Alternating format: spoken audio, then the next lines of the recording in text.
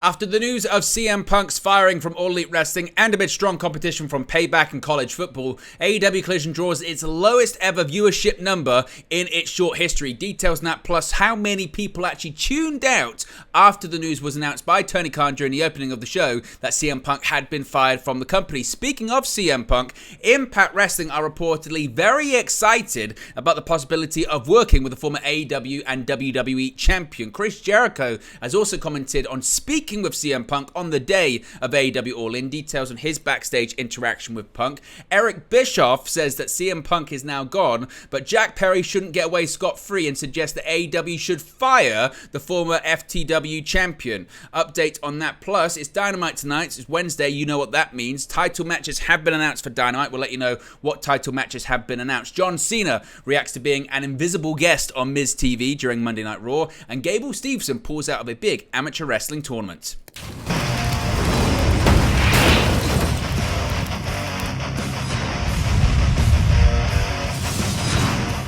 Hey guys, welcome back to Wrestling News 365. Hope everyone is doing very well. As always, there are plenty of news stories to get into in the world of professional wrestling. Let's start off talking about AEW Collision. A lot of people were very interested to see the viewership number for the show, particularly when it comes to being the all-out go-home show, as well as strong competition from Payback, college football, and the fallout of CM Punk being fired from All Elite Wrestling, and the numbers are not good whatsoever for AEW. Now, up until this past Saturday, CM Punk had been presented as the face of AEW Collision, but that abruptly changed when AEW boss Tony Khan announced his firing mere hours before that night's broadcast on TNT. Naturally, that left many wondering what might happen to the ratings drawn by Collision without one Bill Phil front and center. Sadly for AEW, they make things looking somewhat bleak for Collision in terms of the Nielsen ratings. Last Saturday's Collision episode drew an average of only 345,000 viewers,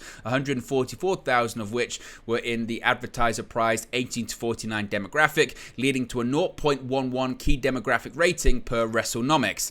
That pretty easily marks it as the least viewed and least watched episode of Collision to date, driving past the August 5th episode, which was 417,000 viewers, although that episode's demo number was slightly higher at a 0.13. It's worth noting, as I mentioned, in addition to Punk's departure, Collision faced a very stiff competition, airing opposite a big college football game as well as WWE's Payback Premium Live event. However, that type of competition will be a regular thing going forward for much of the rest of 2023, likely leading to an even steeper ratings drop. In a possible telling sign for Saturday's show's future, without Punk's star power anchoring it, last Saturday's episode fell off majority from the previous week's show. Of course, that show was taped heading into AEW All In, but it did feature CM Punk in the main event, as had most prior episodes. The last Punk-centered Collision drew 552,000 viewers, meaning that while time will tell how much of this was due to people not tuning in after Punk's firing, Collision shed over 200,000 viewers after showing the two-time AEW World Champion the door a 38% decline. Now, you might just say, well, that might have had something to do with Payback and it might have had something to do with college football, which is certainly a fair point that people will point out. However, because we can track quarterly hour ratings and quarterly hour viewers, we can actually see how many people actually tuned out after Tony Khan announced that he had fired CM Punk. Now, as mentioned, Saturday's broadcast opened with AEW President Tony Khan announcing that he had fired CM Punk. That quarter drew 472,000 viewers. After Khan's announcement, the viewership dropped to 383,000 viewers, which is a loss of 19% of the audience. The show went below 250,000 viewers by the end of the final quarter hour, which featured Dax Howard versus Jay White with run-ins from Bullet Club Gold and the Young Bucks. Also featured on the show, Bryan Danielson returned to represent Ricky the Dragon Steamboat against Ricky Starks in a strap match at AEW All Out. So what are your thoughts on this number? What are your thoughts on Collision being the lowest viewed episode of Collision ever? Is this going to be par for the course with Collision moving forward with strong competition from sports every Saturday night and without CM Punk? Or can Collision rebound. What are your thoughts on the viewers dropping out after the announcement that CM Punk was fired too? Let me know all of your thoughts in the comment section below regarding that.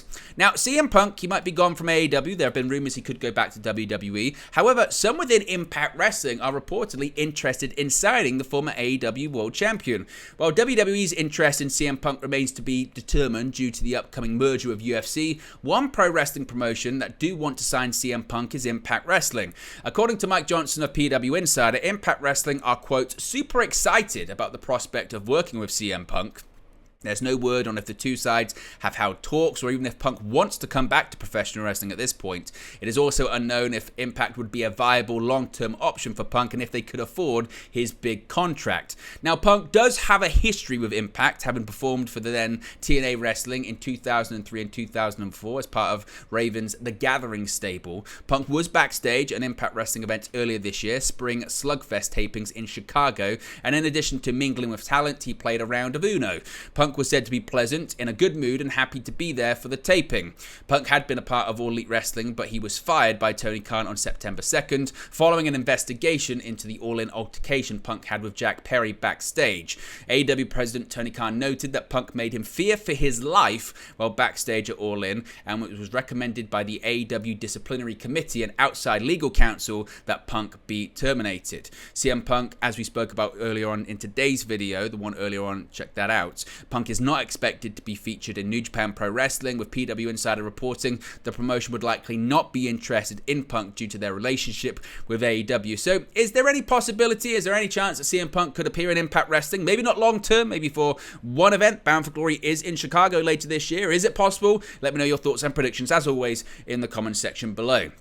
Now, Chris Jericho, a big AEW star, has commented on CM Punk's departure from the company. Inaugural AEW World Champion Chris Jericho has commented on CM Punk being fired by Tony Khan and AEW a few days ago. Punk was announced to have been fired for cause on Saturday, September 2nd, the same day as Collision in his hometown of Chicago, Illinois, and the day before All Out, also in Chicago. The firing stemmed largely from a backstage incident at AEW All In at London's Wembley Stadium, which Tony Khan said made it feel like his life was in danger. On the latest edition of Talk is Jericho, Jericho had this to say about the subject. He said, quote, "I don't want to dwell on this or talk about, but I should address it. CM Punk no longer with AEW. Wembley was his last match. What a way to go out if you're going to go out. I did speak to him briefly. I was going to do a Frankenstein off the top, and I know that he does that sometimes, so I was curious if he was going to do it. I went and talked to him for a bit, asked if he was going to do it. He wasn't. I told him I was going to do the GTS with a straight face, and I think for a second he thought I was going to. I was joking, of course. I did see him that day. It's a regretful moment, what happened, but Tony Khan made his decision. CM Punk was a big part of AEW from the time he was here, and if you're going out, he went out on top by having this big match with Samoa Joe in a sold-out stadium." So what are your thoughts about Chris Jericho's comments there? Do they largely even matter at all? Is it just Chris Jericho once again trying to get himself involved in the situation, or does it paint a bigger picture of CM Punk's mood that day? Let me know your thoughts about that too. Now, Eric Bischoff, as being a big critic of AEW at times, did praise Tony Khan's decision to fire CM Punk, but certainly he's now focusing his attention to Jack Perry, the other party involved in the backstage altercation with Punk in London at Wembley Stadium. AEW President Tony Khan announced last Sunday that Jack Perry had been suspended indefinitely for his backstage altercation with CM Punk at All In. Khan noted such a punishment came after an investigation conducted by a disciplinary committee, the results of which also recommended the termination of Punk. However, Eric Bischoff, a frequent critic of AEW, believes Perry's actions warranted harsher consequences. Here's what Bischoff had to say about Jack Perry. He said, quote, "Just cut the guy loose. First of all, you're talking about a thimble full of talent to begin with. He's really only there because his dad, Luke Perry, was a soap opera star, and that's it. Otherwise, he's making $200 a night on the indie circuit somewhere. This guy is not a star. He'll never be a star by virtue of the fact he thinks using real glass is going to get him heat. It should tell you everything you need to know about his potential. He doesn't understand the very fundamentals of the business." Now, Bischoff argued that AEW would finally be putting its foot down by giving Perry the boot, and that Khan should start with a fresh state after enduring an endless council of backstage fights and rifts between talents over the past year or so. Here's what he had to say about that. He said, quote, "These are things that can all be addressed and fixed, but not if you're constantly inhaling bad air. Just wipe this thing clean. Chalk it up as a learning experience." It is a learning experience because I have empathy for Tony. He's learning on the job. Now, despite sharing empathy for Khan, Bischoff was critical of the AEW boss for not clearly defining Punk's backstage role during his time in AEW. After all, the entire Perry vs. Punk conflict began when the latter reportedly denied Perry's request to use real glass for a backstage angle with Hook last month. Bischoff believes that Punk was out of line telling another talent what to do unless he had the authority to do so. He said, quote, "Punk had no business expressing his freaking opinion, at least not in a way that would give people the impression that he has a voice. Unless he does," Bischoff stressed. Whose fault is that? That's Tony Khan's fault. That's losing control of the process when you've got a talent telling another talent what he or she can or cannot do. Bischoff, though, also slammed Perry for his absurdity for thinking he could get real heel heat by dropping Hook, his opponent at All In, through a windshield of a car using real glass and then uttering the words "Cry me a river" into the camera. Perry was directing those words at Punk, triggering the backstage altercation that followed shortly thereafter. Using real glass in a stunt like that, Bischoff said, why? What is it going to get you? Just weigh it. What are the potential risks? What are the potential rewards? The potential reward is zero. Nobody is going to, "Oh, I can't believe that Jack Perry used real glass." Nobody cares. Of course, Bischoff, as I mentioned, has been highly critical, certainly, of AEW in the past. But certainly, again, his comments certainly getting a lot of people's attention this time around. So what are your thoughts on what Bischoff said? Is he right? Should AEW fire Jack Perry, or has there been enough firing by AEW thus far? Or does Tony Khan, like Bischoff said, need to put his foot down and wipe clean this entire situation? Let me know your thoughts about that too in the comment section below. Now, let's switch gears here and talk about Dynamite tonight, because several title matches have been announced for the show on TBS. With All In, All Out, and CM Punk now in AEW's rearview mirror, the promotion is looking to kick off their first Dynamite of September with a bang. Chris Jericho and Sammy Guevara versus Aussie Open, the AEW World Championship Eliminator Tournament matches between Roderick Strong and Trent Beretta, and Darby Allin and Nick Wayne have already been announced, and now new title matches have been added to the card. Earlier Wednesday afternoon, AEW announced on X that the artist formerly known as Twitter, that new AEW International Champion Jon Moxley would have his first title defense against AR Fox. Also announced was the 8th title defense for AEW TBS champion Chris Statlander, who will put the title on the line against Emi Sakura.